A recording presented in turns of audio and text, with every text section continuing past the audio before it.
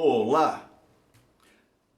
O general comandante do Exército não gostou do artigo "Na pandemia, Exército volta a matar brasileiros", de Luiz Fernando Viana, época desse último domingo 17, e mandou o general-chefe do Centro de Comunicação Social da Arma responder à revista.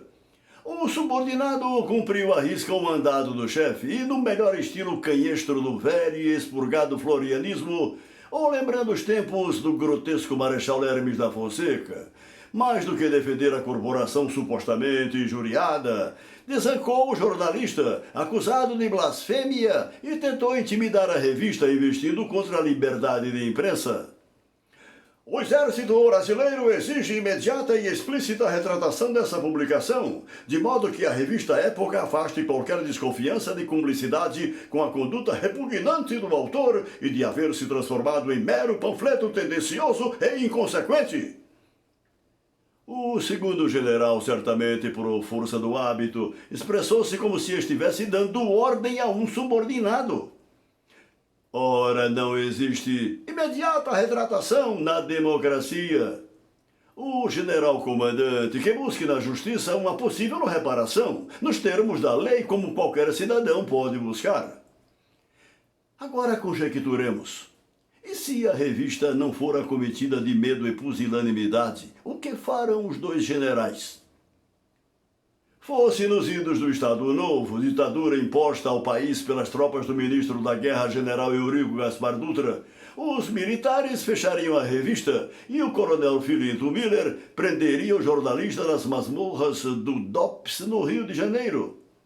Nos idos da ditadura de 64, os fardados caçariam seus direitos políticos e o confinariam em Fernando de Noronha, como fizeram com Hélio Fernandes.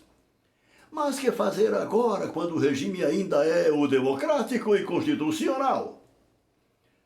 Ameaçam a livre expressão de pensamento, princípio das democracias ocidentais, incorporado à nossa ordem constitucional como direito fundamental desde o primeiro texto republicano. Renunciaram ao direito de resposta, que implica a contestação do tema articulado, ingressando no campo fácil das ameaças e da intimidação, artifício, aliás, muito cômodo, embora desgastado, para quem pode usar a espada como último argumento. Além de arrogantes, os dois generais atentam contra a Constituição, o que caracteriza crime, pelo que devem ser denunciados através do Ministério Público Federal. Mas o texto dos generais encerra uma série de imprecisões ou inverdades que, de tanto serem repetidas, transformaram-se em verdade.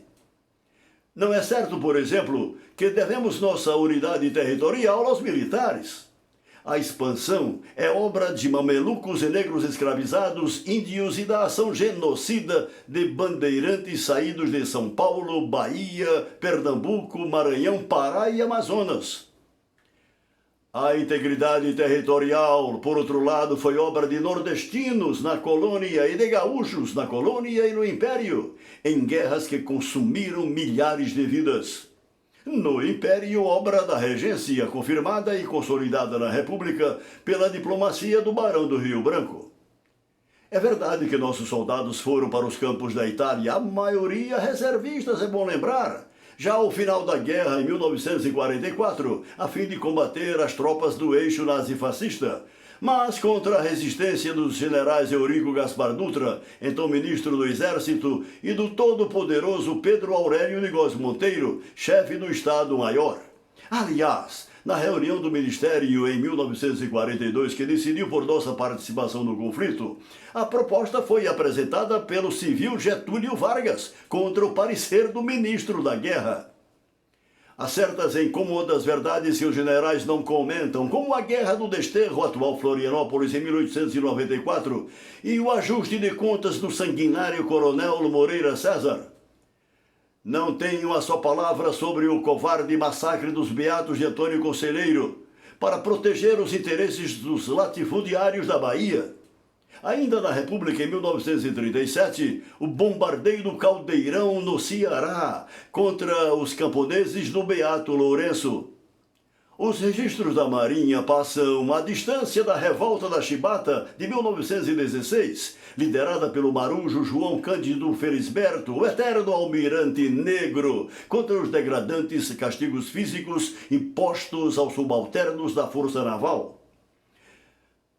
Mas não foi diferente o papel do exército no Império, sufocando à custa de muito sangue as tentativas de independência e republicanismo da Confederação do Equador em 1824, esmagada como a Revolução Praieira em 1849, com a mesma fúria que antes se abatera sobre a Revolução Pernambucana de 1817, em que foi fuzilado o hoje pranteado como santo e herói Frei Caneca. O articulista da época não citou, mas a historiografia séria desqualifica qualquer entusiasmo cívico diante de nosso papel genocida na Guerra do Paraguai. Os militares sustentaram 2 impérios em nome dos grandes proprietários, com base no escravismo e na estagnação. Sempre preferiram um país tacanho, de analfabetos, mal alimentados e deserdados da terra, para não tocar nos privilégios da classe dominante.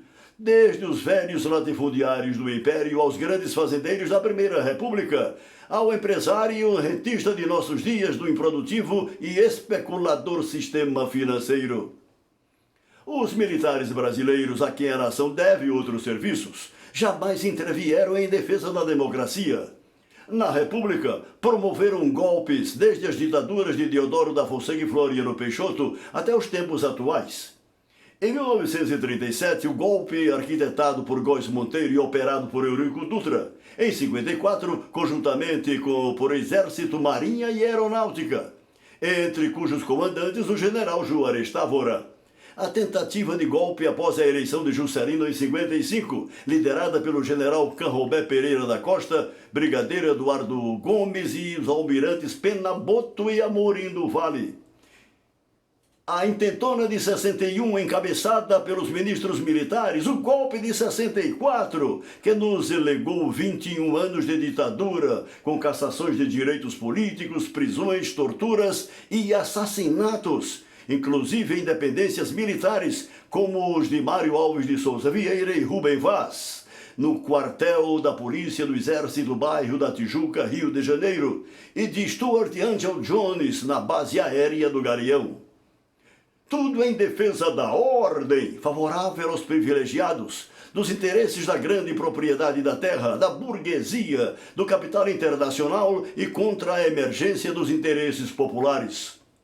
Até hoje não se fizeram as reformas necessárias para transformar o Brasil em país soberano, como a reforma agrária reivindicada desde o primeiro império por José Bonifácio, patriarca da independência.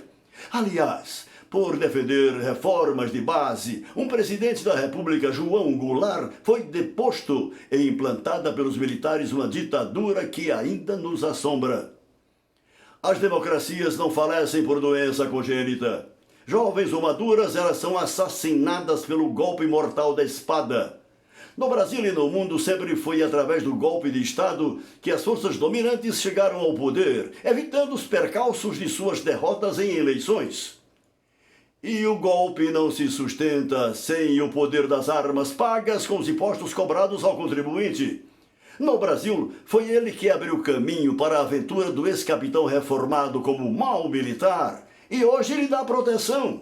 Na medida em que sustentam e participam no comando do governo, até mesmo com escandalosa inépcia no Ministério da Saúde, onde pontifica a estupidez de um general da ativa, os militares estão solidários com todos os seus erros e crimes, à frente os de lesa pátria, com uma política externa que nos transforma em aliados subservientes do Império do Norte e seus interesses.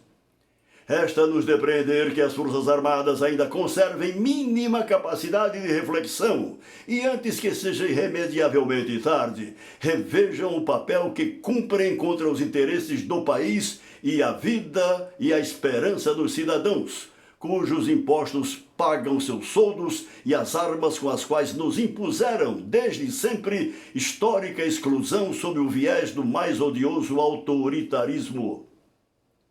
O texto aqui adaptado é original do cientista político Roberto Amaral Lenz, ministro da Ciência e Tecnologia, publicado no portal Brasil 247. E eu sou Antônio Manuel Góes, em Política Sem Retoque, da Web Rádio Mundial News.